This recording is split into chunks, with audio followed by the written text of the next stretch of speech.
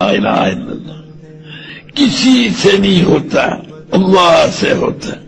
ابو جہل کہنے لگا کہ جب بارش کی ضرورت ہوتی ہے تو بارش کے بت کی پوجا کرتے ہیں، بیماری کی صحت میں ضرورت ہوتی ہے تو بیماری کے بت کی پوجا کرتے ہیں، اور جب جنگ میں فتح کی ضرورت ہوتی ہے تو جنگ کے بت کی پوجا کرتے ہیں۔ تو ایک اللہ سب کر دے گا۔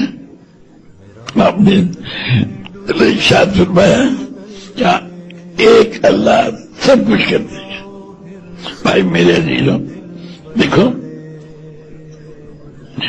اللہ پاک نے اپنے ایک حکم سے ساتوں آسمان بنائے۔